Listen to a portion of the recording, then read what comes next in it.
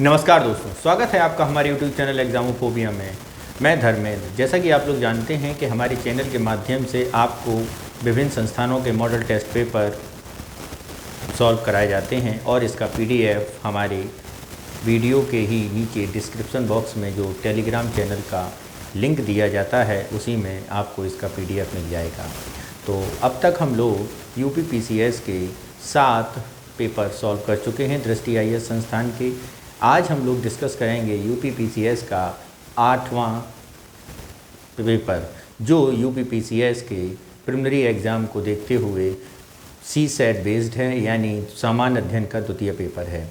तो इस पेपर को सॉल्व करने से पहले आपके कमेंट्स बॉक्स में ये आ रहा है कि PDF कैसे मिलेगा, तो टेलीग्राम चैनल में हमारे में जो लिंक दिया गया है आप वहाँ से इसका PDF प्राप्त कर सकते हैं और उसे अपना देख सकते हैं। और इसके साथ ही मैं आपको बता दूं कि हमारे चैनल के माध्यम से कुछ preliminary exam point of view से एक क्विक रिवीजन क्लासेस चलाया जा रहा है, जिसमें आपको हिस्ट्री के क्लास दिए गए हैं और वहाँ PT फैक्ट्स, ये मान के चलिए कि उस क्लास से आपके सभी टोटल पूरे सब्जेक्ट्स कंप्लीट हो जाएगा हिस्ट्री का टॉपिक्स। तो आप उस टॉपिक्स को ज़रूर पढ़िए और ध्यान से पढ़िए, देखिए उसको, ठीक है मित्रों। और उस टॉपिक्स में जितने भी हिस्ट्री के आपके में जो सब्जेक्ट्स में दिया गया है, जो भी फैक्ट्स बताए जा रहे हैं आपके आने वाले एग्ज़ाम को देखते हुए बताए जा रहे हैं, नवीन फैक्ट्स भी उसमें इंक्लूड किए गए हैं इसके साथ। तो आप ज़रा उसे देखिए और अपनी तैयारी में जुट जाइए। तो आज हम लोग देखते हैं दृष्टि IAS संस्थान का अगला मॉडल टेस्ट पेपर, यानी 8वां।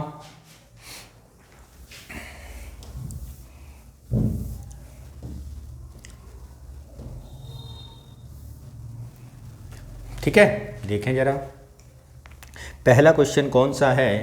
पहला क्वेश्चन हिंदी बेस्ड है। अनेक युगों से चली आने वाले एक उपयुक्त शब्द लिखिए। अनेक युगों से चले आने वाले, ये एक शब्द है। अनेक युगों से चले आने वाले एक के लिए एक शब्द। ऑप्शन ए समीचीन, ऑप्शन बी प्राचीन, ऑप्शन C कालांतर और ऑप्शन D सनातन। तो अनेक युगों से चले आने, अगर हम समीचीन की बात करें ये समकालीन होता है, प्राचीन की बात करें पुराना होता है, कालांतर की बात करें तो समय में भेद के अंतर्गत आता है, और सनातन के बारे में बात करें तो कई पीढ़ियों से पुराना। यानी यहाँ पे कौन सा ऑप्शन सही होगा? D ऑप्शन हमारा सही होगा। नेक्स्ट चलते हैं अगला क्वेश्चन, क्वेश्चन नंबर 2 क्या है? पश्चिम और उत्तर दिशाओं के मध्यस्थ कोणों के बारे में बताइए। तो पश्चिम और उत्तर दिशा के मध्य कोण, जैसे अगर हम यहाँ पे देखें, यहाँ पर आपका नॉर्थ है, यहाँ पर साउथ है, यहाँ पर ईस्ट है और यहाँ पर वेस्ट है, यानी आपको इस कोण के बारे में बताना है। ठीक है, इस कोण के बारे में बताना है। तो सबसे पहले बात करते हैं, ऑप्शन में E दिया है ईशान कोण, B दिया है नेतृत्व कोण, C दिया है वायव्य कोण और D दिया है आग्नेय कोण। तो यहाँ पर यदि हम पश्चिम और उत्तर की बात करें तो इसका ऑप्शन होगा वायव्य कोण। ईशान कोण की यहाँ पर देख लें तो उत्तर और पूर्व के बीच होता है। आग्नेय कोण की बात करें तो पश्चिम और दक्षिण के बीच होता है। नेत्रीय कोण की बात करें तो दक्षिण और पूर्व के बीच होता है। ठीक है मित्रों, नेक्स्ट चलते हैं क्वेश्चन नंबर 3 पर और देखते हैं क्या कह रहा है क्वेश्चन नंबर 3। पहला ऑप्शन क्या है? चिरंतन का सही विलोम। चिरंतन माने होता है चिरजीव, यानी जो हमेशा जीवित रहे।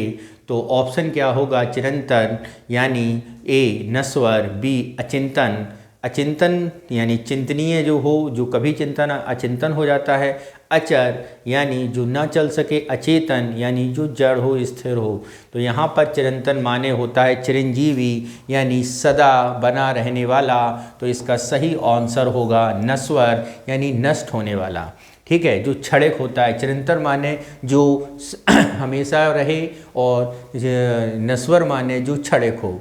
ठीक है, नेक्स्ट चलते हैं क्वेश्चन नंबर 4 पर। क्या कह रहा है? धवल का विलोम क्या है? धवल माने होता है श्वेत, धवल माने भूरा मतलब धवल माने साफ सुथरा। ठीक, तो इसका विलोम आपको बताना है धवल का। तो धवल माने क्या बोला मैंने, धवल जैसे गंगा की धारा कैसी होती है, धवल होती है, यानी एक ऐसा उजला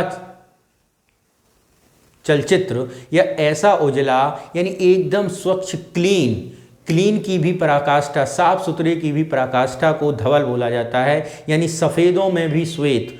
ठीक है, जैसे कहते नहीं है नरों में भी महान नरश्रेष्ठ, ठीक है, उसी टाइप में, यानी यहाँ पर ऑप्शन ए है स्वच्छ। तो धवल और स्वच्छ देखते हैं आप एक तरह से, ये उनका पर्यायवाची बनेगा। श्वेत यानी सफ़ेद होता है, मलिन यानी गंदा, और निर्जल यानी बिना जल रहित। तो यहाँ पर जो ऑप्शन बनेगा वो कौन सा बनेगा, मलिन बनेगा, यानी जो गंदा होता है। क्वेश्चन नंबर 5 देखते हैं, शुद्ध संयुक्त वाक्य कौन सा है। शुद्ध संयुक्त यानी ऐसा वाक्य जो आपस में जुड़ा हो। तो संयुक्त वाक्य वो वाक्य होते हैं जो संयुक्त तौर पर जुड़े होते हैं और इनके जुड़ने के लिए एक शब्द का प्रयोग किया जाता है। जरा क्वेश्चन देखते हैं उसमें हम क्या क्या ऑप्शन दिया गया है, इसमें जरा समझते हैं। पहला, मैं परीक्षा देने के लिए इलाहाबाद जा रहा हूँ। तो इसमें लग रहा है तुम्हें कोई शब्द जुड़ा हुआ है, परीक्षा देने के लिए जा रहे हो, जाओगे ही, तो इसमें कोई एक नया एक शब्द तो एक है नहीं।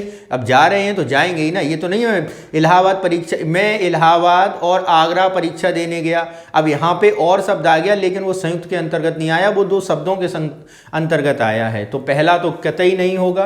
दूसरा, मुझे परीक्षा देनी है अतः दिल्ली जा रहा हूँ। तो ये जो जोड़ किया गया है ये संयोजन के अंतर्गत जुड़ा है, अल्प आपका अर्धविराम के तौर पर जाना जाएगा। तो ये भी आपका संयुक्त वाक्य नहीं है। दूसरा, मैं वाराणसी जा रहा हूँ क्योंकि, यहाँ पर देखो कारण बता रहे हैं, क्योंकि मुझे परीक्षा देनी है, ये भी आपस में जुड़े नहीं हैं। जुड़ना का मतलब होता है जैसे तथा से जुड़ा हो, और से जुड़ा हो, ऐसे वाक्य को संयुक्त वाक्य की श्रेणी में डाला जाता है। ये आप मिश्रित वाक्य के तौर पर इसे देख सकते हैं। नेक्स्ट, यानी ये भी नहीं है, मुझे परीक्षा देनी है और मैं लखनऊ जा रहा हूँ। यहाँ पर अगर आप देखिए शुद्ध की दृष्टि से देखेंगे तो ये अशुद्ध हो सकता है, लेकिन इसमें और बात की गई कि मुझे परीक्षा देनी है इसलिए मैं क्या कर जा रहा हूँ, लखनऊ जा रहा हूँ। यानी आप किस लिए लखनऊ जा रहे हैं, परीक्षा देने के लिए लखनऊ जा रहे हैं। तो यहाँ पर जो ऑप्शन सही हो रहा है वो ऑप्शन कौन सा होगा, डी सही होगा, क्योंकि और शब्द से जुड़ेगा। यहाँ तथा और एवं ये शब्द जो होंगे वो संयुक्त के अंतर्गत आते हैं। नेक्स्ट चलते हैं क्वेश्चन नंबर 6 पर। निम्नलिखित में से किस शब्द की वर्तनी शुद्ध है, याज्ञवल्क्य, याज्ञवल्क, ठीक है, याज्ञवल्क, ठीक है। अशुद्ध वर्तनी अशुद्ध है, अशुद्ध देखना है यहाँ, सॉरी यहाँ पे ये देखना है कौन सा गलत उच्चारण होगा रहा है। बी, सदृश्य यानी दृश्य के सहित, यहाँ तक हम देख सकते हैं। ग्रहिणी, ग्रहणी, ये भी सही है। हस्तक्षेप, ये भी सही है। तो यहाँ पर आप देखिए किस शब्द को बोलने में आपकी वर्तनी लड़खड़ा रही है। तो याज्ञवल्क, याज्ञवल्क क्या है, याज्ञवल्क, जबकि होता क्या है, याज्ञवल्क्य,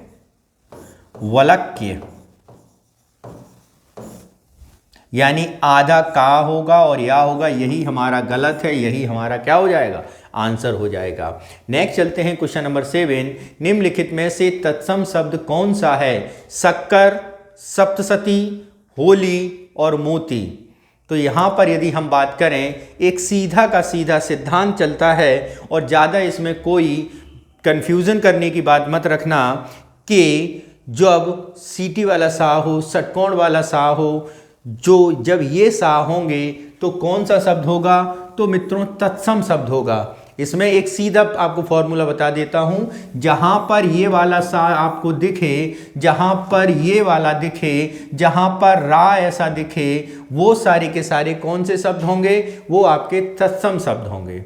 ठीक है मित्रों, किसी दिन हिंदी में इस पर लेक्चर कर लेंगे हम लोग। तो यहाँ पर देखिए ये वाला सा की चर्चा इसलिए की है क्योंकि यहाँ पर इस सा का प्रयोग किया गया है। ठीक है। तो अब यहाँ पर इन दोनों को तो छोड़ ही दो, इन्हीं दोनों में से कोई होगा। अब बात यहाँ पे आ जाती है तत्सम होता क्या है। As a definition we know that, क्योंकि वो शब्द जो संस्कृत में थे अब एज इट हिंदी में आने लगे, वो तत्सम शब्द कहलाएंगे। तो शक्कर जो है वो आपका तत्सम शब्द नहीं है। क्यों? क्योंकि इसमें जो शक्कर शब्द हो रहा है चीनी या मिठास या शहद के तौर पर हम यहाँ पर संस्कृत में इसका प्रयोग कर सकते हैं। शक्कर कोई संस्कृत का शब्द नहीं है। ये तो हमारे ये कहें अन्य भाषाओं के भारत में आने पर या और भाषाएं जो भारत में आई हैं उसके कारण है। तो इसका आंसर क्या होगा? इसका आंसर होगा सप्तशती। नेक्स्ट चलते हैं क्वेश्चन नंबर 8। क्या कह रहा है? निम्नलिखित में तद्भव और तत्सम, यानी पहले तद्भव होगा उसके बाद तत्सम होगा, शब्दों के युग्म में से कौन सा त्रुटिपूर्ण है। यानी आपको त्रुटि वाला ढूंढना है, बाकी सही है। तो सबसे पहले बात करते हैं घृत का घी बना, उष्ट का ऊंट बना, तुरत का तुरत बना, तिक्त का तीता बना। तो यहाँ पर देखते हैं वो शब्द जो क्या हैं, जो आपके ऐसे शब्द हैं जो संस्कृत में परिवर्तन के साथ हिंदी में प्रयोग में आ गए हैं, वो तद्भव कहलाते हैं। ठीक है। तो यहाँ पर यदि हम बात करें,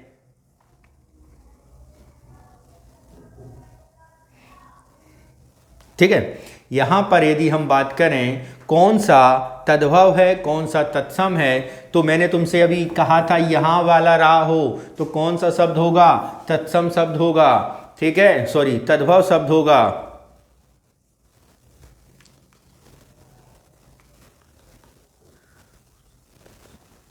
ठीक है, ये वाला रहा होगा तो कौन सा शब्द होगा? सॉरी, ये वाला रहा होगा तो आपका तद्भव होगा। कौन सा होगा? तद्भव होगा। तो ये तद्भव घृत है, घी उसका तत्सम है, सही है। ये तुरित और तुरत ये भी सही है। ठीक है, तिक्त और तीता ये भी तद्भव है, ये उसका तत्सम है। उष्ट और ऊंट, ये उष्ट जो है ये शब्द तत्सम है और उसका तद्भव क्या है? उसका तद्भव ऊंट है। तो यहाँ पर तद्भव और तत्सम पूछा था, यानी पहले तद्भव आना चाहिए, यानी बी क्या है? बी ऑप्शन हमारा सही होगा। बी ऑप्शन हमारा क्या होगा? सही होगा। नेक्स्ट क्वेश्चन चलते हैं क्वेश्चन नंबर 9 पर। क्या कह रहा है 9? इसे समझते हैं। निम्नलिखित में से वह वाक्य छांटिए जिसमें क्रिया विशेषण का प्रयोग हो रहा हो। यानी जो क्रिया विशेषण की विशेषता बताती है, यानी उसे हम क्या कहेंगे? क्या कहेंगे? क्रिया विशेषण कहेंगे। यहाँ कैसे कैसे लोग एकत्र हुए हैं, यहाँ किसकी विशेषता बताई जा रही है? लोगों की विशेषता बताई जा रही है। यहाँ क्रिया की विशेषता, क्रिया विशेषण की यानी क्रिया की विशेषता नहीं बताई जा रही है, तो ये क्रिया विशेषण का प्रकार नहीं है।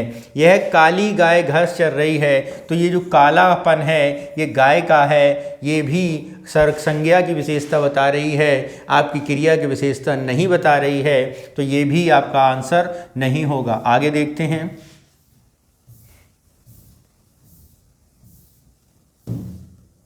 आगे देखते हैं, अगला है मुझे खट्टा फल नहीं खाना। यानी ये जो विशेषण है ये फल की विशेषता बता रहा है, यानी संज्ञा की विशेषता बता रहा है, ये भी नहीं होगा। तुम जी जान लगाकर पढ़ रहे हो, यानी जो पढ़ना है ये वर्ब है। क्या है? वर्ब है। और जी जान लगाकर यानी मेहनत करके पढ़ रहे हो, ये आपकी विशेषण है। तो क्रिया विशेषण की विशेषता बताए, तो यानी ऑप्शन कौन सा हो जाएगा? डी हो जाएगा। आप सीधे समझ रहे होंगे कैसे डी हुआ।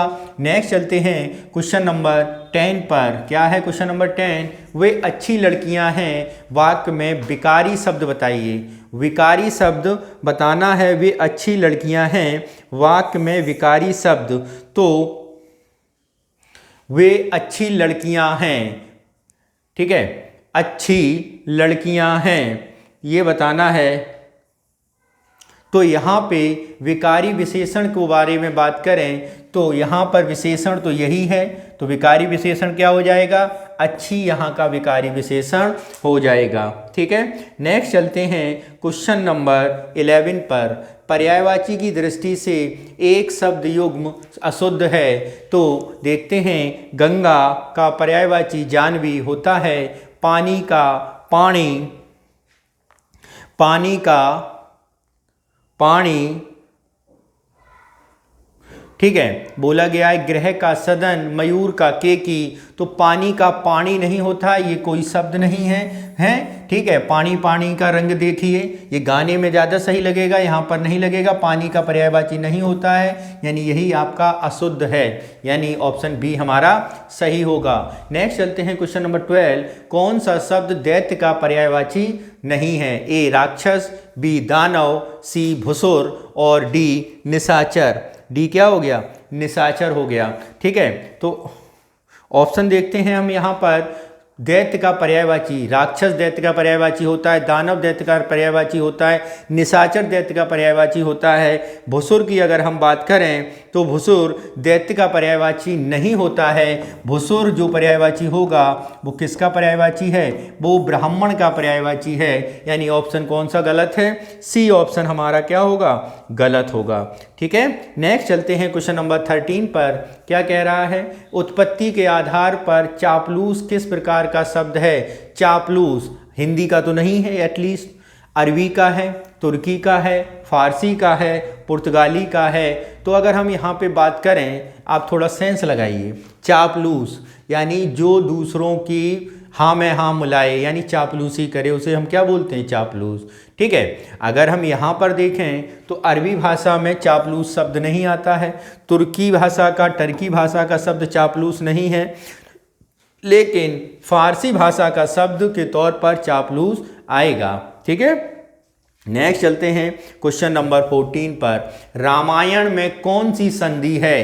रामायण में कौन सी संधि है? ठीक है।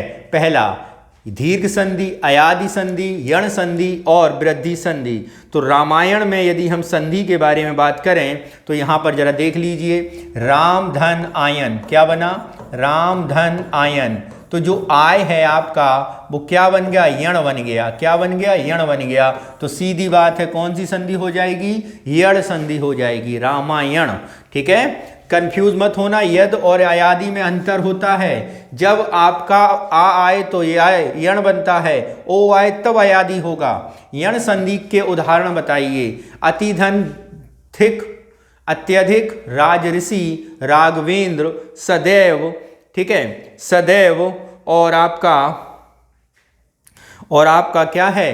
राघवेंद्र। तो यहाँ पर देखिए, अत्यधिक को अगर हम तोड़ेंगे तो अतिधन, अतिधन अधिक, क्या हो गया? छोटा आया और ई आई, ई और छोटा आ जब आता है तो या बनता है या, तो ये कौन सी संधि हो जाएगी? यण संधि हो जाएगी, अत्यधिक, ठीक है। नेक्स्ट चलते हैं क्वेश्चन नंबर 16 पर। क्या कह रहा है 16, उसे समझते हैं हम लोग।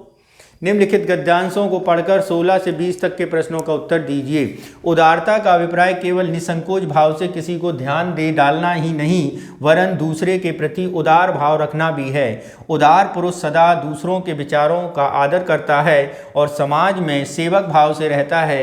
यह न समझो कि केवल धन से उदारता हो सकती है। सच्ची उदारता इस बात में है कि मनुष्य को मनुष्य समझा जाए। धन की उदारता के साथ सबसे बड़ी एक और उदारता की आवश्यकता है, वह यह है कि उपकृत के प्रति किसी प्रकार का एहसान न जताया जाए। एहसान दिखाना अपकृत को नीचा दिखाना है, एहसान दिखाकर उपकार करना अनुपकार है। गद्यांश का शीर्षक क्या है? गद्यांश का शीर्षक क्या है? ऑप्शन ए है सेवक भाव, ऑप्शन बी है एहसान, ऑप्शन सी है उदारता और ऑप्शन डी है निस्वार्थ। क्या है? ऑप्शन डी, निस्वार्थ। तो यहाँ पर एक तरह से आप बात करेंगे उदारता की बात की। उदारता शब्द देखो ये है, उदारता शब्द देखो ये है, उदारता शब्द देखो ये है, सॉरी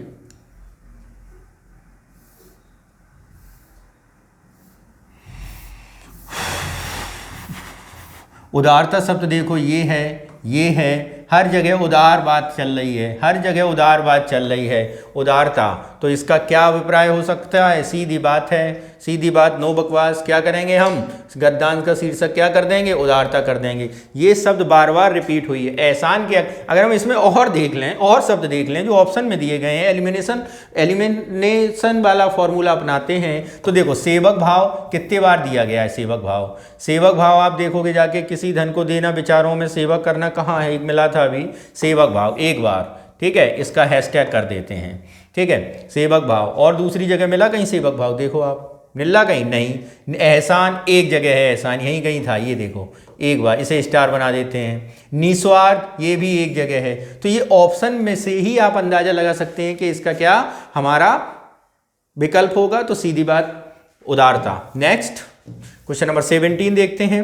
गद्यांश के अनुसार उदारता क्या है? किसी को धन देना, धन के साथ दूसरों के प्रति उदार भाव रखना, समाज में सेवक भाव रखना से रहना, एहसान दिखाकर उपकार करना। तो यहाँ पर यदि हम बात करें धन के साथ दूसरों के प्रति उदार भाव रखना, ये इसका ऑप्शन हो जाएगा, क्योंकि यहाँ पे आप देखिए उदारता इस बात पे है कि मनुष्य समझा जाए, और धन की उदारता के साथ सबसे बड़ी उदारता आवश्यकता ये है कि उपकृत के प्रति किसी प्रकार का एहसान ना जताया जाए। तो यहाँ धन की बात की गई थी, इसलिए ये कुछ ऑप्शन सही होगा। नहीं तो आप दूसरा ऑप्शन एक तरह से ये भी कर सकते थे, लेकिन इसमें कंफ्यूज मत होना, इसी स्पष्ट बात की गई है।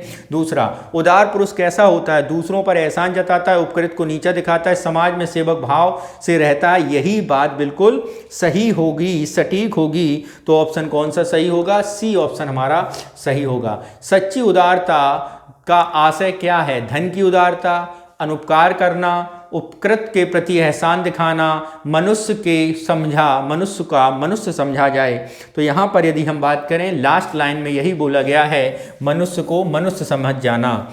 नेक्स्ट है क्वेश्चन नंबर 30। उदारता की आवश्यकता क्यों है? दूसरे के प्रति उदार भाव रखना, दूसरों के विचारों का आदर करना, उपकृत के प्रति किसी प्रकार का एहसान न जाए, समाज की निस्वार्थ भाव से सेवा करना। तो यहाँ पर यदि हम बात करें कौन सा ऑप्शन सही होगा? उपकृत के प्रति किसी प्रकार का एहसान ना जाए।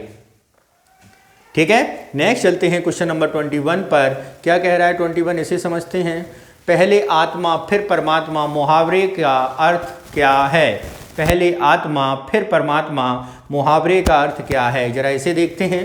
पहले आत्मा फिर परमात्मा, पहले दूसरों को देखा जाता है फिर अपने आप को, बिल्कुल गलत। पहले समाज को देखा जाता है फिर संसार को, पहले अपने आप को फिर दूसरों को देखा जाए। ठीक है, जब पाप बहुत बढ़ जाता है तब विनाश हो जाता है। तो यहाँ पर यदि हम बात करें कौन सा ऑप्शन सबसे सटीक बैठ रहा है, तो पहले अपने आप को देखो फिर दूसरों को देखो, यही सबसे सटीक है। ऑप्शन सी हमारा सही होगा। नेक्स्ट चलते हैं क्वेश्चन नंबर 22। हथेली पर सरसों नहीं जमता मुहावरे का अर्थ हर बात का उपाय है, बिल्कुल गलत। खर्च भी ना हो काम भी बन जाए, बिल्कुल गलत। भलाई के प्रतिफल की बुराई मिलना, बिल्कुल गलत। बात कहते ही काम नहीं होता है, यही बात बिल्कुल सही है। बात कहते ही काम नहीं होता है, कहते नहीं है हथेली पे आम लगाना, हथेली पे सरसों उगाना, यानी आपने बोल दी और उग गई। अब आम का पेड़ लगाओगे, आम आने में टाइम तो आएगा, सरसों खेत में बोओगे, पौधा आने में, फूल आने में, फिर सरसों का दाना आने में टाइम तो आएगा। यानी किसी बात को कह के तुरंत ही आप उसका फल प्राप्त नहीं कर सकते हैं। इसी प्रकार बच्चों ये है कि आप मेहनत करेंगे तो तुरंत रिजल्ट नहीं मिलेगा, लेकिन रिजल्ट अवश्य ही मिलेगा। इसको ऐसे भी समझ सकते हैं आप। नेक्स्ट चलते हैं क्वेश्चन नंबर 23। क्या है? इनमें से सूर्य का अर्थ नहीं है कुमकुम, सिंदूर, सुधा और लाल। तो इनमें सूर्य का अर्थ नहीं है। तो यदि हम बात करें इनमें से जो सूर्य का अर्थ नहीं होगा वो कौन होगा, तो ऑप्शन में ये देखते हैं। कुमकुम किरण में तौर पे कर सकते हैं, सिंदूर लालमा के तौर पर सूर्य का हो सकता है, लाल सूर्य का हो सकता है, लेकिन सुधा जो है वो किसका है? वो मित्रों अमृत का है। तो ऑप्शन कौन सा सही होगा? सी ऑप्शन हमारा सही होगा। जलज में कौन सा पर्यायवाची समास है? देखिए जरा, द्वंद्व समास वो समास होता है, पहचान यहाँ पे बता दें। द्वंद्व समास वो समास जो और में प्रयोग हो, जैसे माता पिता, माता और पिता, भाई बहन, भाई और बहन, भातृत्व, भाई और भाई के प्रति प्रेम। बहुब्रीहि समास क्या होता है, जिसका वो अर्थ ना लेकर दूसरा अर्थ लें, जैसे दशानन है बात की जाती है तो दशानन का मतलब रावण, त्रिनेत्र की बात की जाती है, त्रिनेत्र का मतलब भगवान शंकर, ठीक है, पीताम्बर की बात की जाए तो जब इस प्रकार के शब्दों का प्रयोग हो कि वैसा ही शब्द न लो, या फिर ऐसे समझ सकते हैं कि दो पद हैं, दोनों पद प्रधान हों और उसका वो अर्थ ना लेकर तीसरा अर्थ लिया जाए, तो वो कौन सा होगा, बहुब्रीहि समास। तत्पुरुष समास वो समास होता है जिसका उत्तर पद यानी अंतिम पद प्रधान हो, ठीक है, तत्पुरुष समास। द्विगु समास, इसमें संख्या होती है, क्या होती है, संख्या होती है। तो अब जलज यानी बात करते हैं जलज के बारे में, अपने प्रश्न के बारे में। तो आप यहाँ पर देखिए जलज जो है, जल और जा यानी जल का जो जल में ही रहे, यानी जो जल की में ही रहे, और जलज का मतलब होता है कमल, क्या होता है, कमल, यानी तीसरा अर्थ निकला, यानी ऑप्शन कौन सा हो गया, बहुब्रीहि समास हो गया, ठीक है। इसका उत्तर पद प्रधान नहीं है, बीच में और नहीं है, बीच में संख्या नहीं है, ठीक है। नेक्स्ट चलते हैं क्वेश्चन नंबर 25, क्या कह रहा है 25, इसे समझते हैं। कर्मधारय समास है, देखें जरा कर्मधारय समास। माल गोदाम, ओके, गंगा जल, ओके, त्रिफला और महाकवि।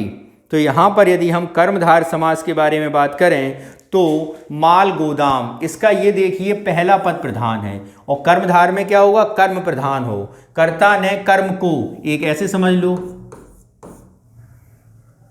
ठीक है, कर्म को यानी कर्ता ने कर्म को शब्द आ जाए, ठीक है, या का शब्द आ जाए, जैसे आपका हम बात करें राजपुत्र, राजा का पुत्र, इस टाइप का शब्द आए तो आपका क्या होगा, कर्म को हो जाएगा, ठीक है।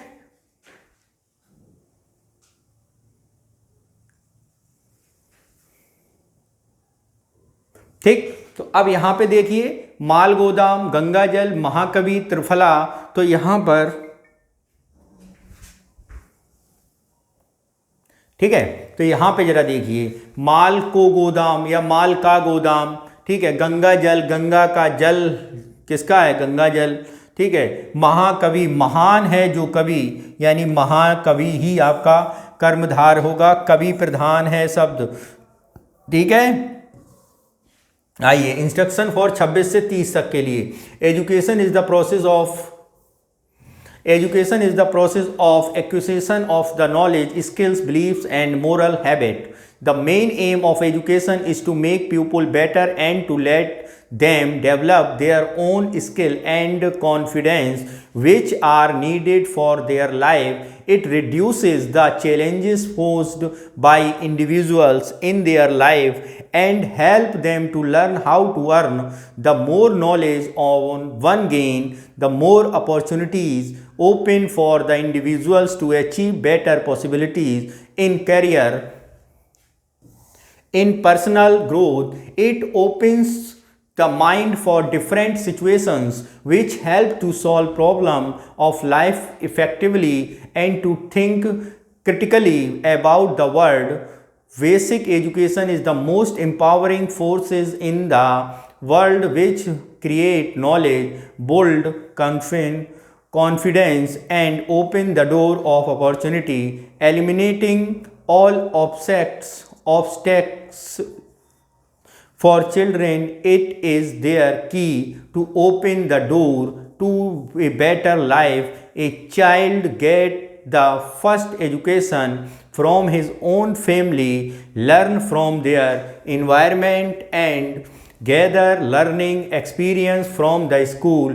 It is a social process that occurs only in a social environment, and without it no one can acquire experiences. The role of basic education is to socialize individual and to keep society smooth and stable. It teaches a child to observe, understand and realize. It teaches us to act decently, to be creative, to develop skill and to learn more things about life, so that when the child grow up she use basic education to build a better quality of life. However, the modern educational system of India is incapable of achieving a humanitarian and peaceful social life। तो देखिए जरा इसमें, choose the statement basic incorrect according to the passage. तो देखो जरा कौन सा passage से अकॉर्डिंग इनकरेक्ट है। Education empowered individual by the providing knowledge and confidence, ये स्टेटमेंट था, बिल्कुल ये स्टेटमेंट था। दूसरा क्या है, basic education open door career achievement and personal growth, ये भी था। तीसरा क्या है, education serve as the key tools of socialize individual and ensuring societal stability critical things and problem. तो कौन सा ऑप्शन सही है, सी ऑप्शन यहाँ पे नहीं था और यही हमारा सही होगा। नेक्स्ट चलते हैं question number 27।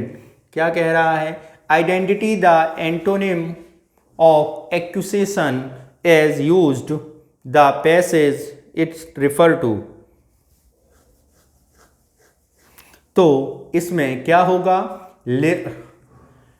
Learning, dissemination, retention और इम्प्लीमेंटेशन। तो एक्यूसेशन मीन्स होगा डिसमिनिटेशन। ठीक है, नेक्स्ट चलते हैं question number 28। The author suggest the correct Indian educational system falls to achieve which of the following. तो विच ऑफ द फॉलोइंग में अगर हम बात करें तो cultivating and peaceful and humanitarian society, ये ऑप्शन हमारा सही होगा। नेक्स्ट चलते हैं क्वेश्चन नंबर 29।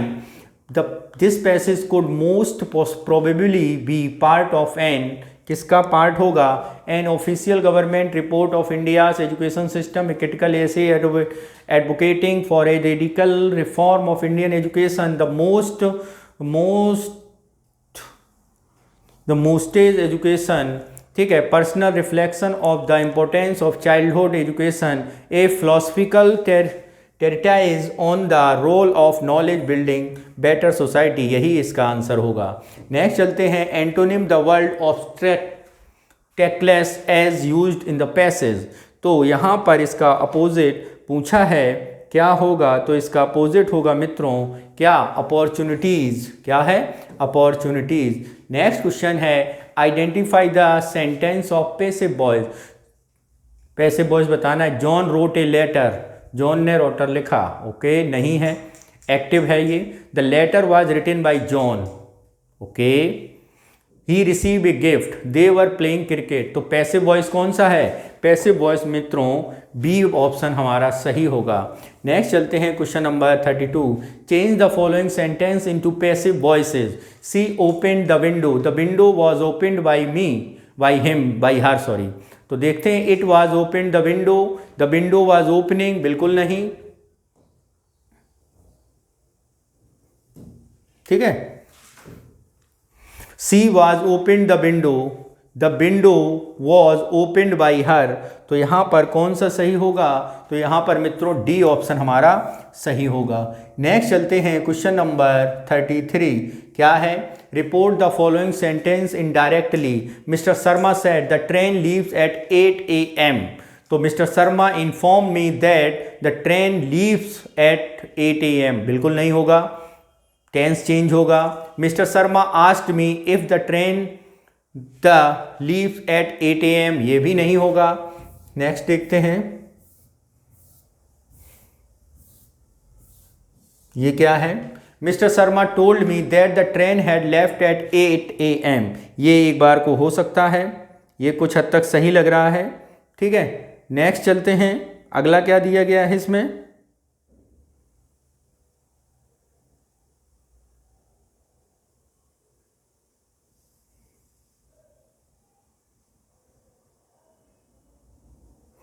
ठीक है, mister Sharma I wondered if the train was leaving at 8 AM। तो यहाँ पर एक बात याद रखना कि जो ट्रेन का टाइम होता है, जब इन्फॉर्मेशन देते हैं तो उसके सेंटेंस को चेंज नहीं करते हैं। तो यहाँ पर जो सेंटेंस सही है वो आपका पहला ही सही होगा, mister Sharma inform me that the train leaves eight 8 AM। ठीक है, नेक्स्ट चलते हैं क्वेश्चन नंबर 34। क्या कह रहा है क्वेश्चन 34, उसे समझते हैं। विच sentence used the correct punctuations? I went to the store, bought groceries and come back home. I went to the store, bought bought some groceries and came back home. I went to the store, bought some groceries and came back home. I went to the store, bought some grocery and came back home. तो यहाँ पर यदि हम बात करें कौन सा सही होगा, तो ये सेंटेंस पंक्चुएशन सही लगाई गई हैं, यानी बी ऑप्शन सही होगा। नेक्स्ट चलते हैं, choose the correct spelling of the following. BELIVE believe, BELEIVE believe, B और ए में कोई अंतर है? BELEIVE, BELEIVE, VELIEVE। तो यहाँ पर कौन सा सही होगा? तो यदि हम बात करें बिलीव की सही स्पेलिंग BELIVE, BELIEVE, ये स्पेलिंग सही होगी, यानी ऑप्शन सी हमारा सही होगा। नेक्स्ट चलते हैं, which word is close meaning at the meticulous. तो मेटिकुलस मीन्स अगर हम स्पेलिंग देखें तो होता है प्रशंसा करना, यानी केयरलेस, प्रेसाइज एंड आपकी कामी। तो क्या होगा ऑप्शन? ऑप्शन बी हमारा सही होगा, प्रेसाइज किया हमें। ठीक है, नेक्स्ट चलते हैं question number 37। Choose the correct idioms for the sentence following sentence. We should not give up easily even when things are difficult. ठीक है, तो इसका आपको बताना है क्या होगा। Don't miss the boat, don't jump the gun, don't throw the towel. तो don't throw in the towel, ये ऑप्शन सी हमारा सही होगा। नेक्स्ट चलते हैं क्वेश्चन नंबर 38। क्या है? He was completely with speechlessly, speechfulness spoken। तो he was completely surprised, speechless, यानी बोलती बंद हो गई उसकी। नेक्स्ट चलते हैं क्वेश्चन नंबर 39। क्या कह रहा है 39, उसे समझते हैं। Identify the sentence with the dangling modifier, having eaten dinner, we went to the movie, the children playing in the park, saw the rainbow, exhausted from the journey, he fell asleep immediately, while walking home, I found a 10 rupees note। तो यहाँ पर यदि हम बात करें कौन सा सही होगा, तो यहाँ पर मित्रों होगा कौन सा सही?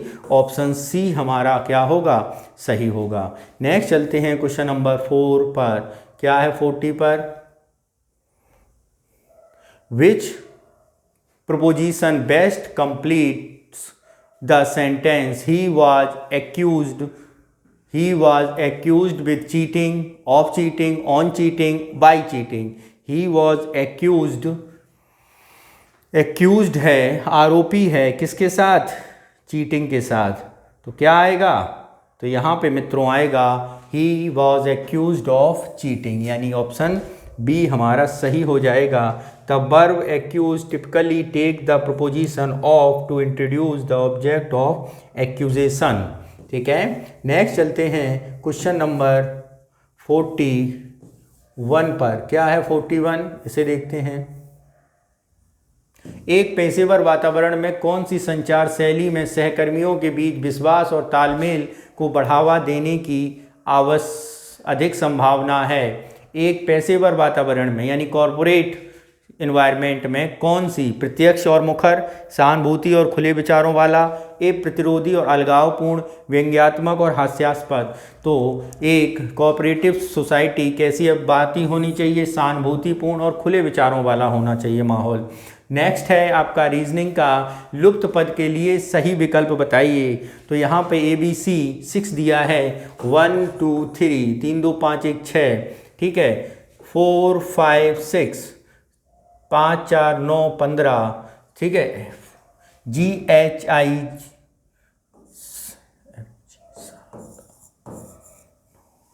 ठीक है, तो कितना हो गया? 8 24, यानी ऑप्शन कौन सा है? बी ऑप्शन हमारा सही होगा। कौन सा ऑप्शन सही होगा? बी ऑप्शन सही होगा। नेक्स्ट चलते हैं क्वेश्चन नंबर 43। क्या कह रहा है? निम्नलिखित में से कौन प्रभावी पारस्परिक संचार में बाधक नहीं है? प्रभावी पारस्परिक संचार में भाषा की समझ, साझा समझ, शारीरिक अक्षमताएं पारस्परिक संचार में बाधक नहीं है। पारस्परिक संचार, शारीरिक अक्षमता, सांस्कृतिक भिन्नताएं, भाषा की साझा समझ तो पारस्परिक संचार में बाधक कौन नहीं होगा? बाधक जो होगा भाषा की साझा समझ, इसमें कोई ज़रूरी नहीं है, यानी ऑप्शन ए हमारा सही हो जाएगा। सांस्कृतिक भिन्नताएं, शारीरिक क्षमताएं, तकनीकी सीमाएं संचार में बाधक हो सकती हैं, किंतु इस्तेमाल की जाने वाली भाषा में साझा समझ ये बाधक नहीं हो सकती, यानी ऑप्शन ए हमारा सही होगा। संचार श्रृंखला के अनुसार प्राप्तकर्ता की प्रमुख भूमिका, यानी जो संचार प्राप्त कर रहा है यानी लिसनर जो है, संदेश भेजना, संदेश का इनकोड करना, संदेश का डिकोड करना, प्रतिक्रिया प्रदान करना की भूमिका क्या होगी? संदेश भेजना प्राप्तकर्ता की भूमिका होगी, उसकी भूमिका होगी संदेश को डिकोड करना, यानी संदेश का अर्थ समझना। क्या है? भाषा की साझा संदेश को डिकोड, सटीक संचार प्रेषक के संदेश का मूल्यांकन करने और उसके अर्थ समझने की प्रतिक्रिया देने में प्राप्तकर्ता की क्षमता को बताता है। ठीक है, नेक्स्ट चलते हैं। क्वेश्चन नंबर है अगला हमारा 45। क्या कह रहा है 45? प्रभावशाली श्रवण में शामिल है मुख्य बिंदुओं को स्पष्ट करने के लिए बार बार हस्तक्षेप करना, बिना पूछे सलाह देना, अपने विचारों और राय पर अधिक ध्यान केंद्रित करना, वक्ता के मौखिक और गैर मौखिक संकेतों पर पूरा ध्यान देना। तो यहाँ पर यदि हम बात करें, एक प्रभावशाली लिसनर क्या होगा? वो मौखिक और गैर मौखिक संकेतों पर पूरा ध्यान देता है, यानी ऑप्शन डी हमारा सही हो जाएगा। नेक्स्ट चलते हैं क्वेश्चन नंबर 46।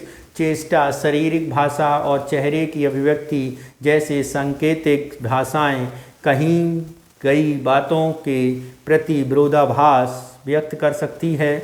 शरीर भाषा यानी चेष्टा जो है शरीर की भाषा, चेहरे की अभिव्यक्ति जैसे सांकेतिक भाषाएं कही गई बातों के प्रति विरोधाभास हो सकता है, कही गई बातों का समर्थन प्रदान कर सकती है। श्रोता की समझ पर इसका कोई प्रभाव नहीं पड़ता, बिल्कुल पड़ता है। ठीक है, केवल पेशेवरों द्वारा ही सटीक व्याख्या की जा सकती है। चेष्टा के चेहरे की अभिव्यक्ति जैसे संकेतों में भाषाएं की अगर हम यहाँ पे बात करें तो कौन सी बात सही होगी? वो होगी कही गई बातों के प्रति विरोधाभास व्यक्त कर सकती है, ऑप्शन ए हमारा सही होगा। अब हम देखते हैं श्रृंखला को पूरा करना है, तो यहाँ पर देखें दूसरा नंबर, यहाँ पर देखें 25, यहाँ पर देखें कौन सा नंबर ABCD, चौथा नंबर यहाँ पर देखें ZYXW, 26, 25, 24, 23। ठीक है, ऐसे ही 5, ऐसे ही 5 के बाद क्या हो जाएगा 22, ऐसे ही 13, ऐसे ही 14। ठीक है, 13, 14। अब यहाँ पर अगर हम देखें कौन सा शब्द बनेगा? ठीक है,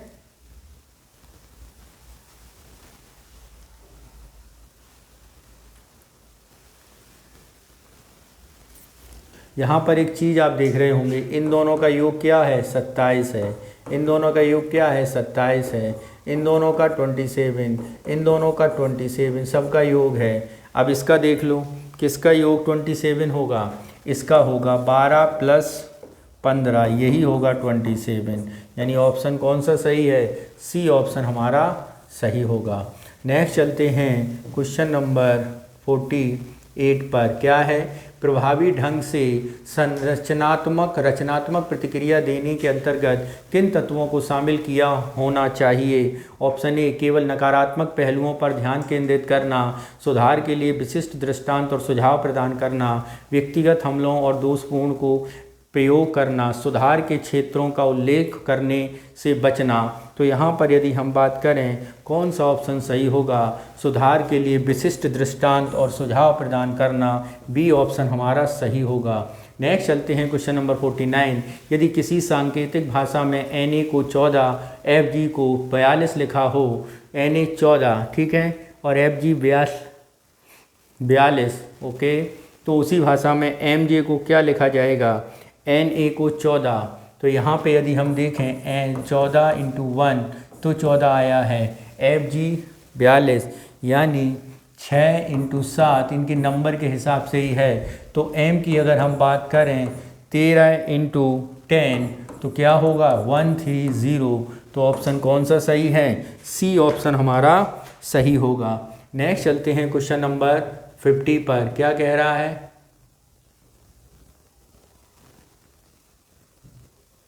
कार्यस्थल पर विवाद के प्रभावी निपटान के लिए आवश्यक समस्या को नज़रअंदाज करना और उम्मीद करना कि हल स्वयं हो जाए। दोषारोपण एवं कौन सही कौन नहीं पर ध्यान केंद्रित करना, स्पष्ट संचार, प्रभावशाली संवाद और बीच का रास्ता निकालने की इच्छा। ठीक है, दूसरे पक्ष से तत्काल अनुपालन की मांग करना नहीं। ऑप्शन सी इसका सटीक आंसर हो रहा है। नेक्स्ट चलते हैं क्वेश्चन नंबर 51। क्या कह रहा है 51, इसे समझते हैं। संचार में सहानुभूति का अर्थ वक्ता की भावनाओं और दृष्टिकोण को समझने का प्रयास करना है। ओके, वक्ता के दृष्टिकोण को मूल्यांकन और आलोचना करना है, अपने अनुभव एवं राय साझा करना है, बिना पूछे सलाह और समाधान प्रदान करना है। तो संचार में सहानुभूति का अर्थ है वक्ता की भावनाओं और दृष्टिकोण को समझने का प्रयास, वक्ता के दृष्टिकोण का मूल्यांकन और आलोचना, अपने अनुभव को राय साझा करना, बिना पूछे सलाह का समाधान प्रदान करना। तो यहाँ पर यदि हम बात करें कौन सा सटीक है, वक्ता की भावना और दृष्टिकोण को समझने का प्रयास करना। नीचे दी गई श्रृंखला है, इस श्रृंखला की अगली कड़ी बताइए। 2 के बाद 6, 6 के बाद 2 12, फिर 20, फिर 30, फिर 42 प्लस 2 स्क्वायर यानी 4 जोड़ा 6 हो गया, 12 आया है।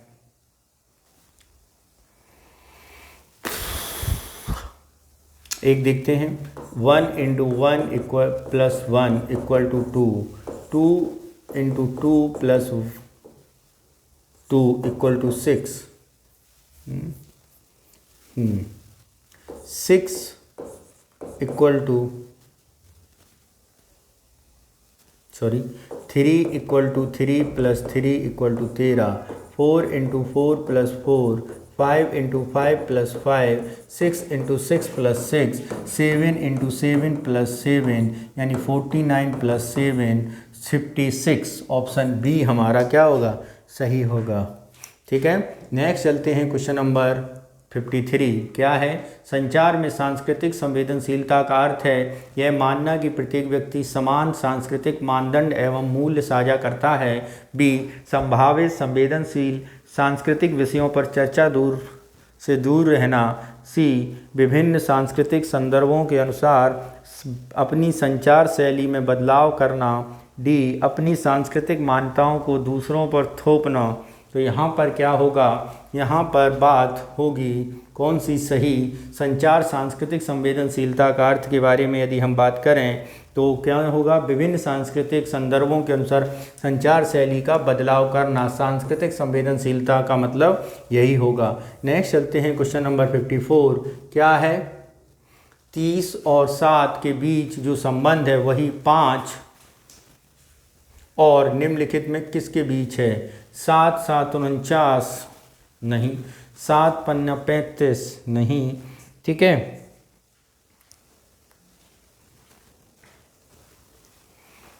देखें जरा, 7:30 समानुपात 50:x। तो 7 और 30 में कैसा संबंध है, अगर हम इसे देखें तो 7 × 4 + 2 28 + 2 5 × 4 20 2 22 यानी ऑप्शन ए हमारा सही हो जाएगा।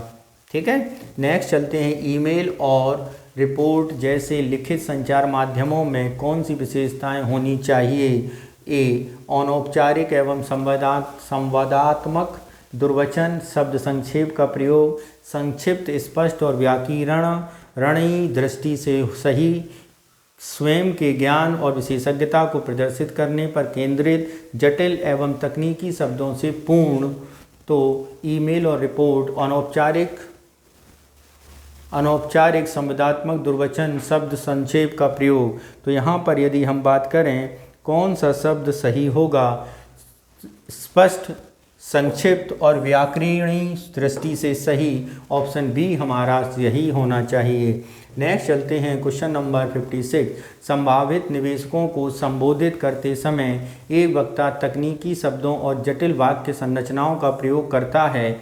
ऐसे में संचार का कौन सा तत्व वक्ता के प्रभावशीलता में अधिक बाधा उत्पन्न कर सकता है? सांकेतिक विवरण, प्रभावशाली श्रवण और फीडबैक लूप, स्पष्ट और संलिप्तता। तो यहाँ पर यदि हम बात करें कौन सा ऑप्शन सही होगा, तो ऑप्शन होगा स्पष्टता और संक्षिप्तता, यानी ऑप्शन डी हमारा क्या होगा, सही होगा। नेक्स्ट चलते हैं क्वेश्चन नंबर 57। सुनीता राधिका की माता है जो अजय की बहन है। सुमित मुकेश का इकलौता बेटा है जो अजय के दादाजी हैं। सुमित का सुनीता से क्या संबंध है? पिता, चाचा, भाई और पति का। तो यहाँ पर यदि हम बात करें सुनीता राधिका की माता है, ओके, सुनीता राधिका यानी मदर, किसकी? राधिका की। सुनीता राधिका की माता है जो अजय की बहन है और सिस्टर है किसकी? अजय की। मुकेश, सुमित मुकेश का इकलौता बेटा है। सुमित मुकेश सन है किसका? मुकेश का इकलौता बेटा, मुकेश का, ठीक है। अजय के दादाजी हैं, इकलौता बेटा है जो अजय के दादाजी हैं। सुमित मुकेश का इकलौता बेटा है जो अजय के दादाजी हैं। सुमित मुकेश का इकलौता बेटा है, यानी ये जो हैं सुमित महोदय मुकेश का इकलौता बेटा है जो अजय के दादाजी हैं। सुमित ही है ना, यानी ये ग्रैंडफादर हो गए, ठीक है। सुमित का सुनीता से क्या संबंध है? दादाजी हैं। सुमित का सुनीता से क्या संबंध है? सुमित का सुनीता से, ये बड़ा है, सुनीता की बेटी राधिका। राधिका, अच्छा, राधिका सिस्टर है अजय की, ठीक है। और मुकेश दादाजी हैं इसके,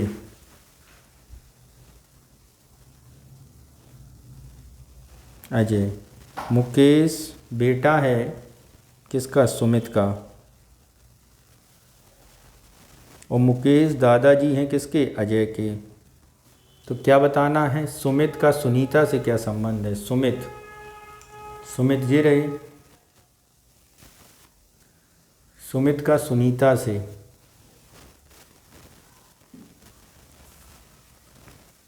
सुमित सुनीता के, सुमित ऐसे समझो ना, सुनीता की माँ है राधिका, राधिका अजय का भाई है और अजय मुकेश का बेटा है और मुकेश के पिता हैं, तो ये पत्नी हुए, तो ये पति हुए ना। ऑप्शन डी हमारा सही है, ठीक है।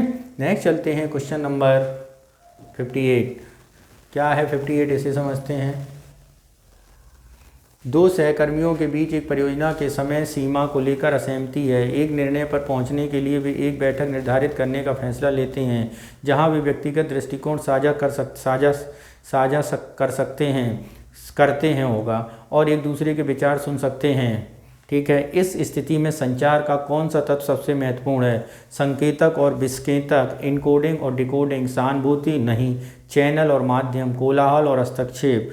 तो यहाँ पर यदि हम बात करें सहानुभूति और भावनात्मक बुद्धिमत्ता, ये चैनल सही होगा। नेक्स्ट चलते हैं क्वेश्चन नंबर 59। क्या है? नीचे दिए गए विकल्पों में से संबंधित संख्या का चयन कीजिए।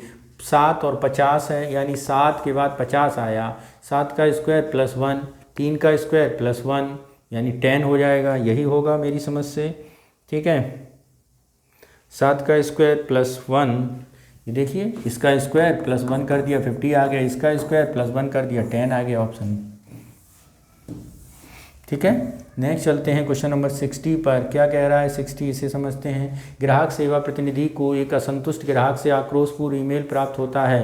प्रतिनिधि शांत और समझदार लहजे में जवाब देते हुए ग्राहक की समस्याओं को का प्रयास करता है तथा समाधान प्रस्तुत करता है। ग्राहक सेवा प्रतिनिधि ने संचार के किस तत्व का प्रभावी ढंग से प्रदर्शित किया है? ये सांस्कृतिक संवेदनशीलता, अशाब्दिक संचार, प्रभावशाली श्रवण और प्रतिक्रिया, अनुनय और प्रभाव। तो यहाँ पे क्या है? यहाँ पे है प्रभावशाली श्रवण और प्रतिक्रिया, यानी ऑप्शन सी हमारा क्या होगा? सही होगा। नेक्स्ट चलते हैं क्वेश्चन नंबर 61। नौकरी के लिए साक्षात्कार के दौरान आंखों से संपर्क और मुद्रा जैसे अशाब्दिक संचार महत्वपूर्ण है क्योंकि आत्मविस्मरण और वृत्ति दक्षता की व्यक्त करता है। इसका साक्षात्कार के प्रत्यक्षण धारणा से कोई प्रभाव नहीं पड़ता। आपके बोले गए शब्द की तुलना में अप्रासंगिक होता है। फोकसित देखने से बचने के लिए आंखों से संपर्क और मुद्रा दिक संचारों का प्रयोग करना चाहिए।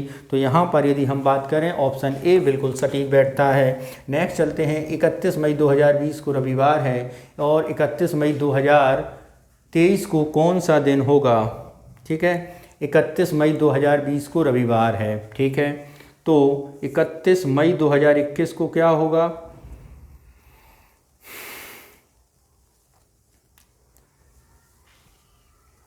देखो ये लीप ईयर है, ये समझ जाइए पहले। ठीक है, रविवार है तो 31 मई 2021 को क्या होगा? सोमवार हो जाएगा। ठीक है, ऐसे ही 31 मई 2022 को क्या हो जाएगा? एक दिन बढ़ जाएगा, मंगलवार हो जाएगा। ठीक है, ऐसे ही आपके 31 मई 2023 में अगर हम जाएंगे तो क्या होगा? बुधवार हो जाएगा। नेक्स्ट चलते हैं क्वेश्चन नंबर 63। किसी सहकर्मी को ईमेल भेजते समय आप संक्षिप्तकारों और अनौपचारिक भाषा का प्रयोग कर सकते हैं। यदि आप एक वरिष्ठ को संबोधित कर रहे हैं, कार्यस्थल पर आपके बीच करीबी रिश्ता है, आप प्राधिकार प्रतीत होना चाहते हैं, ईमेल एक गंभीर मामले के विषय में है, सहकर्मी को ईमेल भेजते समय आप संक्षिप्तकारों और अनौपचारिक भाषा का प्रयोग कर सकते हैं यदि। तो यहाँ पर सबसे सही होगा कार्यस्थल पर आपके बीच का करीबी रिश्ता कैसा है। नेक्स्ट चलते हैं क्वेश्चन नंबर 64। किस प्रकार के संचार में अशाब्दिक संकेतों की कमी के कारण गलतफहमियां होने की संभावना सबसे अधिक है? आमने सामने की बातचीत, वीडियो कॉन्फ्रेंस, फ़ोन कॉल और लिखित संदेश। तो सबसे बड़ी बात अगर हम बात करें, गलतफहमी की संभावना सर्वाधिक लिखित संदेश में हो सकती है। नेक्स्ट चलते हैं क्वेश्चन नंबर 65। क्या है? यदि सांकेतिक भाषा में FH बराबर 10 CD बराबर 5 तो उसी भाषा में LE का मान क्या होगा? FH बराबर 10 है, FH यानी 10, F का नंबर होता है 6 और H का नंबर होता है 8 तो 6 और 8 में अगर हम इसका वर्ग निकालें तो ये 36 और ये 64 और इसका फिर अंडर रूट निकालें तो आ जाएगा 10। ऐसे ही C और D, इसका होता है 3, इसका होता है 4, इसका वर्ग 9, इसका वर्ग 16 तो इसका वर्ग 25 यानी 5 हो गया। ऐसे ही L और E की अगर हम बात करें तो L ही है 12, E है 5, तो यहाँ पर ज़रा देख लो 144 प्लस 25 और 169 और आ गया 13। तो ऑप्शन कौन सा होगा? 13 हमारा सही होगा। नेक्स्ट चलते हैं क्वेश्चन नंबर 66। लोक सेवा विज्ञप्ति के प्रेरक भाषा का प्रयोग करने का कारण है लोगों को एक तटस्थ विषय के बारे में सूचित करना, एक मज़ेदार कथा के माध्यम से लोगों का मनोरंजन करना, लोगों को विशिष्ट कदम उठाने के लिए प्रोत्साहित करना, वक्ता की व्यक्तिगत राय की अभिव्यक्ति करना। तो यहाँ पर यदि हम बात करें कौन सा ऑप्शन सही है, तो यहाँ पर ऑप्शन है लोगों को विशिष्ट कदम उठाने के लिए प्रोत्साहित करना। तो अगला क्वेश्चन क्या है? 67 क्या कह रहा है? किसी समूह परियोजना में बहुमत दृष्टिकोण असहमति स्थिति में आप बीच का रास्ता खोजने का प्रयास करेंगे, मतभेद से बचने के लिए बहुमत का समर्थन करेंगे, द्वंद्व की संभावना के बावजूद अपनी बात खुलकर रखेंगे, नाखुश होकर समूह का हिस्सा नहीं बने रहने का निर्णय लेंगे। तो यहाँ पर सबसे सटीक आंसर की तरफ अगर हम जाएं तो सबसे सही रास्ता है बीच का रास्ता खोजेंगे। नेक्स्ट चलते हैं क्वेश्चन नंबर 68 पर। क्या कह रहा है 68? AB बराबर 3, प्रयागराज बराबर 97, तो संभाजी नगर बराबर क्या होगा, ए बी, समझ रहे हो, 1 + 2 = 3। तो ऐसे ही संभाजी के अलग अलग जोड़ेंगे तो ये सारा का सारा कितना हो जाएगा, ये हो जाएगा 104, यानी ऑप्शन ए हमारा सही होगा। नेक्स्ट चलते हैं क्वेश्चन नंबर 69। टीम मीटिंग में कौन सा व्यवहार प्रभावी सांकेतिक संवाद को दर्शाता है। अपनी बाहें बंद रख करना और दूसरों से नज़र मिलाने से बचना, स्वीकृत प्रदर्शित करने के हेतु थोड़ा झुकने की मुद्रा में सिर हिलाकर हामी बताना, बातचीत पर हावी होना और दूसरों पर हावी होना, घबराहट के कारण हिलना डुलना और आई कॉन्टैक्ट। प्रभावी संकेत का संवाद, स्वीकृति प्रदर्शन करते होते थोड़ा झुकने की मुद्रा में सिर हिलाना, यही इसका सटीक आंसर लग रहा है। ठीक है, नेक्स्ट चलते हैं क्वेश्चन नंबर 70। अनुक्रम Z B fill question mark N J में लुप्त अक्षर क्या है, JVN। तो यहाँ पर यदि हम बात करें जेड में -4, वी में -4 करेंगे तो आर में -4 करेंगे, एन में -4 करेंगे तो ये आएगा। तो यहाँ पर ऑप्शन कौन सा है, आर सही है। नेक्स्ट चलते हैं क्वेश्चन नंबर 71। किसी मित्र के साथ असहमति की स्थिति में संवाद का कौशलपूर्ण प्रभावी अभ्यास है अपनी बात पहले समझाने के लिए उसे बीच में रोकना और अधिक मतभेद अथवा संघर्ष को विराम देने के लिए बातचीत करने से पूरी तरह बचना, केवल अपनी स्थिति को सही साबित करने पर ध्यान केंद्रित करना, प्रतिक्रिया देने से पूर्व सक्रिय रूप से उसके दृष्टिकोण को सुनना। तो यहाँ पर कौन सा सही होगा, तो यहाँ पर मित्रों सही होगा प्रतिक्रिया देने से पूर्व सक्रिय रूप से उसके दृष्टिकोण को सुनना, ऑप्शन डी हमारा सही है। क्वेश्चन नंबर 72 क्या है, निम्नलिखित अन्य से भिन्न कीजिए 5/21, 6/25, 8/34। तो यहाँ पर देखिए 4 + 1, ठीक है, 4 + 1, ठीक है, 4 + 2, ओके, 7 + 1, यानी कौन सा है आपका सी ऑप्शन भिन्न है। ठीक है, देख के ही पता चल गया होगा आपको। नेक्स्ट चलते हैं क्वेश्चन नंबर 73। एक प्रतियोगिता में 47 लोगों ने भाग लिया जिसमें संजय और रमेश शीर्ष से 10वें और 11वें 12वें स्थान पर रहे हैं। दोनों नीचे से किस स्थान पर हैं। कितने लोग हैं, इतने लोग हैं आपके कितने, 47। ठीक है, शीर्ष से कौन सा स्थान है, 10वां। तो संजय की रैंक कितनी हो जाएगी, 47 - 10 + 1 यानी 38, और 12वीं उसकी है 47 - 12 + 1 36। तो 38 और 36 ऑप्शन बी हमारा सही हो जाएगा।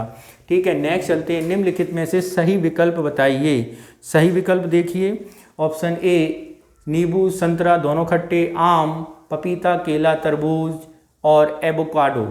तो यहाँ पर जो आम जैसा है वो एक ही है, वो है एवोकाडो। नेक्स्ट है हेमंत का मुख उत्तर की ओर है, कर दो उत्तर की ओर, हेमंत इस ओर है उत्तर। ठीक है, फिर वह उस दिशा में x दूरी चलने पर दाएं मुड़ता है। इस दिशा में चला कितनी, x दूरी ऊपर, और कहाँ मुड़ा, a पे था, b पे पहुंचा, c पे मुड़ गया। ठीक है, फिर क्या हुआ, वह x दूरी चलने पर दाएं फिर मुड़ा, दाएं मोड़ दे, फिर मोड़ दिया यानी c से मुड़ गया, फिर पुनः दाएं मुड़ता है, फिर पुनः दाएं मुड़ गया, dx। वह अपने आरंभिक तुलना में किस दिशा में खड़ा हुआ है। तो आरंभिक की तुलना में वह उत्तर दक्षिण अपने प्रारंभिक बिंदु पर ही तो है, यानी ऑप्शन सी यहाँ पर सही हो जाएगा। नेक्स्ट चलते हैं क्वेश्चन नंबर 76। एक घड़ी सोमवार को 12 बजे मध्याह्न को 5 मिनट धीमी होती है, बुधवार को दोपहर 12 बजे मध्याह्न को 3 मिनट आगे होती है। अगली बार घड़ी के सही समय कब दिखाया जाएगा। तो यहाँ पर जरा देखिए कौन सा ऑप्शन सही होगा। ठीक है, सोमवार को 12 बजे मध्याह्न 5 मिनट धीमी हुई, ठीक है, हो गई, दोपहर को 3 बजे आगे हो गई, यानी 48 घंटे में कितना अंतर आया, 12, 5 + 3 यानी 8 मिनट का अंतर है। ठीक है, 5 मिनट के अंतर के लिए 5 मिनट के अंतर के लिए 5 मिनट के अंतर के लिए अगर हम बात करें 48/8 और × 5 = 30, यानी 30 घंटे बाद सही समय बताएगी, तो वो सही समय होगा मंगलवार को मध्याह्न 6 बजे। ठीक है, नेक्स्ट चलते हैं क्वेश्चन नंबर 77। क्या कह रहा है? निम्नलिखित शब्दों में सर्वोत्तम क्रम माँ, शादीशुदा लड़की, नवजात शिशु, किशोर लड़की, दादी। तो सबसे पहले नवजात शिशु, ओके, किशोर लड़की और दादी। तो एक बच्ची के जीवन की शुरुआत नवजात शिशु से होकर किशोर लड़की, यानी सबसे पहले नवजात शिशु, फिर किशोर लड़की, फिर शादीशुदा लड़की, फिर माँ और फिर दादी। 3 4 2 1 5, 3 4 2 1 5, यानी ऑप्शन बी हमारा सही होगा। नेक्स्ट चलते हैं क्वेश्चन नंबर 78। क्या कह रहा है? अनुक्रम के विकल्पों का सही उत्तर का चयन करके अनुक्रम पूरा कीजिए। भाग्यनगर 85, कर्णावती। तो यहाँ पर जरा देखिए, यहाँ पर क्या करना है? सबको जोड़ देना है। तो सबको जोड़ देंगे तो आएगा यहाँ पर 97। सबका क्रम जोड़ देना है, जैसे ये 2, ये 8, ऐसे करके जोड़ना है। नेक्स्ट है, एक कथन के समय फर्स्ट और 2 कथन तर्क दिए गए हैं, दोनों में से कौन सा ठोस है? बताइए। क्या भारत के लिए अपनी ऊर्जा आवश्यकताओं को पूरा करने के लिए ऊर्जा के नवीकरणीय संसाधनों को अधिक ध्यान केंद्रित करना चाहिए? हाँ, आज हम जिन अधिकांश ऊर्जा स्रोतों का उपयोग करते हैं उनमें से अधिकांश निकट भविष्य में समाप्त हो जाएंगे।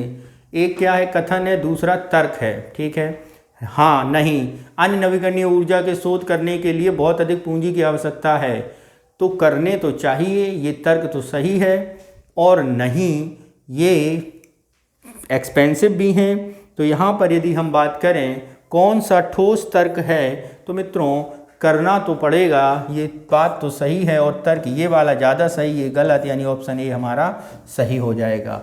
नेक्स्ट चलते हैं क्वेश्चन नंबर 80। क्या है? नीचे दिए गए कथन के बारे में ए है, दूसरा कारण है, तो अंकित करके बताइए। क्या है? ग्रीन हाउस गैसों में वृद्धि से ध्रुवीय बर्फ पिघलने लगेगी, वैश्विक तापमान में वृद्धि होगी। ए सत्य है किंतु आर असत्य, ए असत्य किंतु आर सत्य। ए तथा आर दोनों सत्य हैं, आर ए का सही स्पष्टीकरण है। ए तथा आर दोनों सत्य हैं किंतु आर ए का सही स्पष्टीकरण नहीं है। तो यहाँ पर यदि हम बात करें कौन सी बात सही है, तो ये दोनों बातें बिल्कुल सही हैं, यानी सी ऑप्शन सही होगा। नेक्स्ट चलते हैं क्वेश्चन नंबर 81। 16,000 पर 10% वार्षिक दर से चक्रवृद्धि ब्याज ज्ञात कीजिए यदि ब्याज की गणना अर्धवार्षिक रूप से की जाती है तो। ठीक है, करते हैं हम लोग, इसमें कौन सी दिन बड़ी बात है। पी दिया है हमारा 16,000, ठीक है। इंटरेस्ट रेट दिया है आई 10% आर, ठीक है। टी दिया है 1 वर्ष और छमाही है, ठीक। तो ए बराबर क्या होता है? ए बराबर होता है P 1 + R/100 की पावर n यानी टी, ठीक है। तो ए बराबर 1 यानी टी बराबर 2 हो जाएगा यहाँ पे, यानी 16,000 1 + 10/100 की पावर 2। फिर आगे 16,000 11/10 की पावर 2।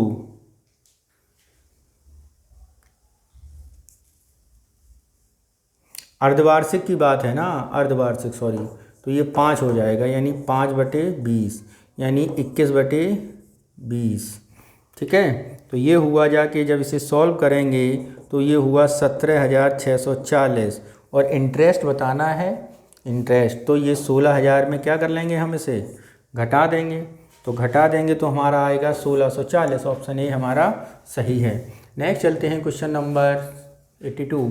यदि किसी सांकेतिक भाषा में एंगकोर वॉट 990 लिखा जाता है तब उसी संकेत में इसे क्या लिखा जाएगा? 1200, 1090 या 1100 या 1002। तो यहाँ पर इसे देखें, इसके सारे नंबर उसी हिसाब से जोड़ने हैं, अल्फ़ाबेटिकल हिसाब से। जब इसे जोड़ेंगे तो आएगा ए 1200। नीचे दिए गए विकल्पों में विषम ज्ञात कीजिए। क्या है विकल्प? AYVD JOT। तो यहाँ पे विषम बताना है, तो ज़रा विषम देखते हैं। ए और बाई यानी 1 + 25, ठीक है, ये है। VD का मतलब क्या है? 22 + 4 अंतर समझ रहे हो, 1 है तो 1 कम, 22 है तो 4 हैं, ठीक है, ये 26 हुआ, ये भी 26 हुआ, ऐसे ही इनका भी 26 26 26 26 26 26 होना चाहिए।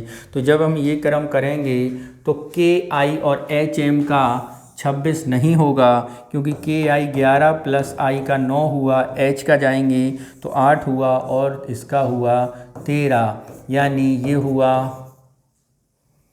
20 और ये हुआ आपका 21। तो यही हमारा गलत है, यही आंसर होगा। नेक्स्ट है क्वेश्चन नंबर 84। क्या है, दिए गए विकल्पों में से संख्या के उस समुच्चय का चयन कीजिए जो समुच्चय 9, 18, 81 के समान हो। 7, 94, 49, 12, 44, 441, 4, 8, 16। तो यहाँ पे 9, 18, 81 के समान हो। 9 दूनी 18, 9 निम 81।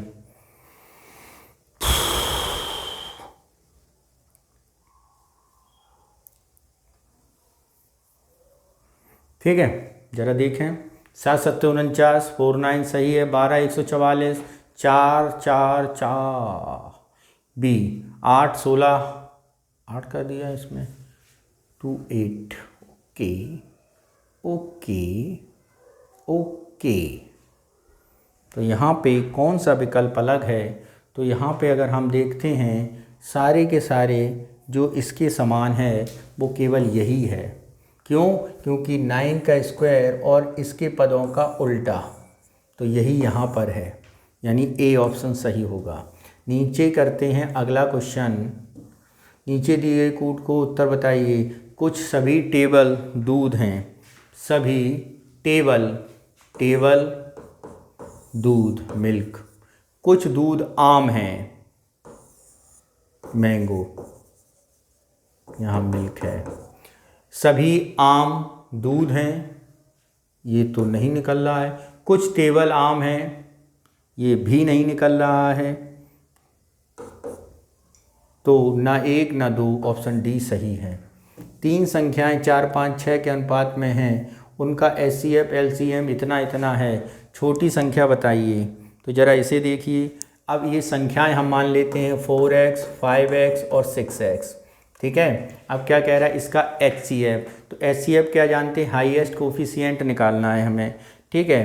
तो इसका अगर हम एलसीएम देखें, इसका अगर एलसीएम निकालें x 4 5, ठीक है, इसका एक्सीएम निकालें अगर हम, तो वो कितना हो जाएगा एलसीएम।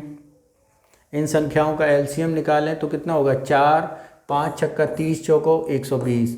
तो एलसीएम हो जाएगा हमारा कितना, 120, ठीक है, 120। और 120 और x, अब 120 और x है किसके बराबर, दी गई संख्याओं का एलसीएम है कितना, 1800। कितना है, 1800, ठीक है।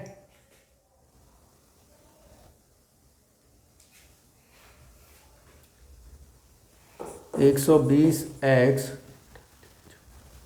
Equal to 1800। तो ये कटा, 6 3 18, 6 दूनी 12, यानी x बराबर 3/2।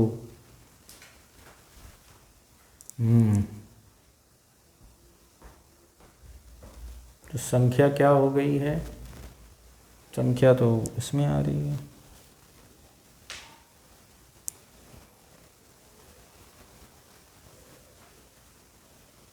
संख्या क्या हो रही है भाई, संख्या क्या है, यहाँ पे मिसप्रिंट होगा।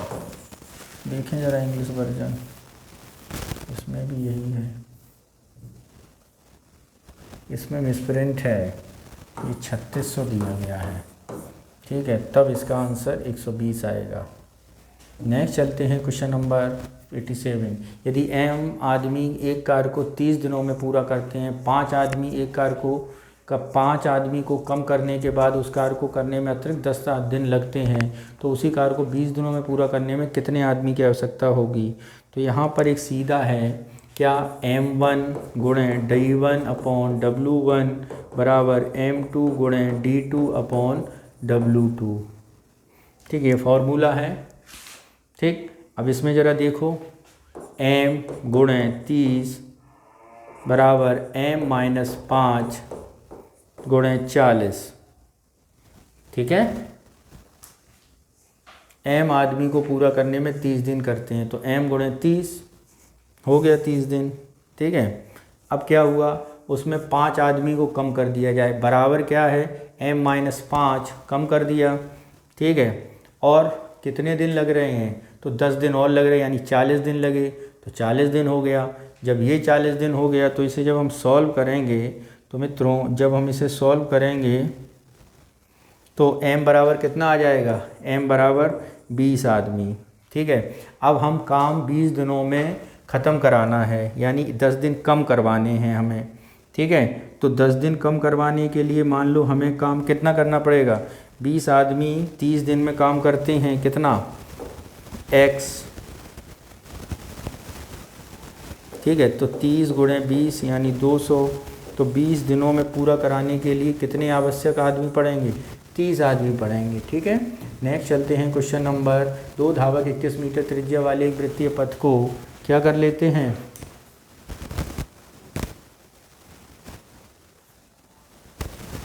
पूरा कर लेते हैं। 6 मीटर पर सेकंड एक ही बिंदु के विपरीत दौड़ना शुरू करते हैं, किंतु समय में वे एक दूसरे की अधिकतम दूरी पर होंगे।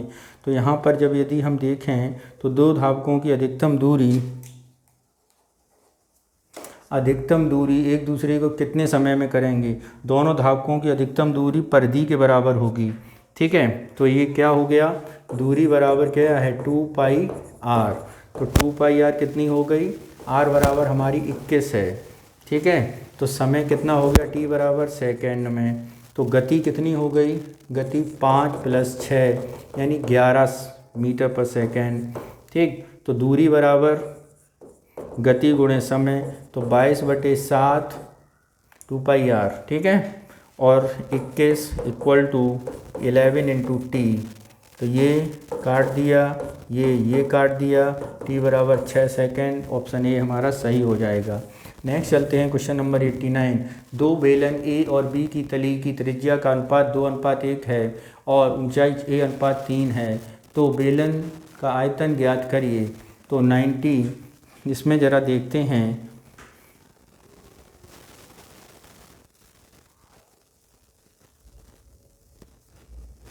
ठीक है। देखो बेलन की आयतन क्या होता है, πr²h, ठीक है। ए का हो गया,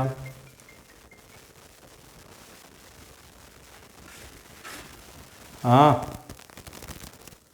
ठीक है।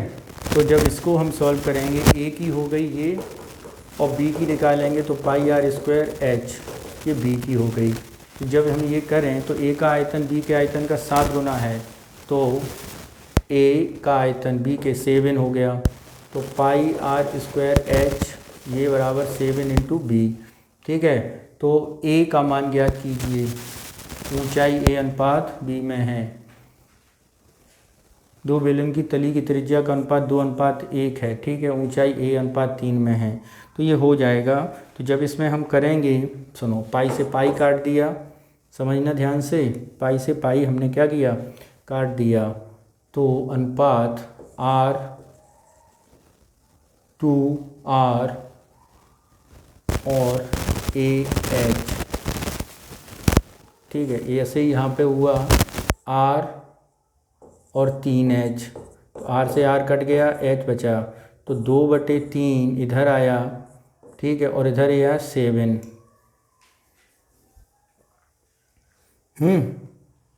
7 हुआ। ऊपर a और है, तो a निकाला हमने πr²h, तो इसका 4 हुआ, सॉरी, तो 4/3 7 a, तो a = हो गया 7/3 और 7 21/4, 21/4, ऑप्शन सी हमारा सही हो जाएगा। नेक्स्ट, चिरेरा प्रक्षेपणों के आरोही क्रम में अवस्थित हैं। यदि सम और विषम स्थान प्रक्षेपण गणितीय माध्यम 10 हो तो सभी प्रक्षेपणों का माध्य ज्ञात कीजिए। तो जब इसका माध्य आरोही क्रम में 13 प्रक्षेपणों स्थित है, यदि सम और विषम स्थानों पर प्रक्षेपणों का अंगणितीय माध्य क्रमशः 9 हो, तो मान लीजिए 13 प्रक्षेपण 1 to 13 मान ले रहे हैं, 1 से लेकर 13, ठीक है। अब वो क्या कह रहा है, सम स्थान वाले प्रक्षेपणों के अंकगणितीय माध्य, तो सम स्थान वाले इनका माध्य क्या है 9 है और अंकगणितीय क्रमशः और 9 है और उसका 10 है। ठीक है, तो सम स्थान वाले जब इसमें माना तो कितना आया 54 और उसका कितना आया 70। तो सभी 13 परीक्षणों का माध्य ज्ञात कीजिए।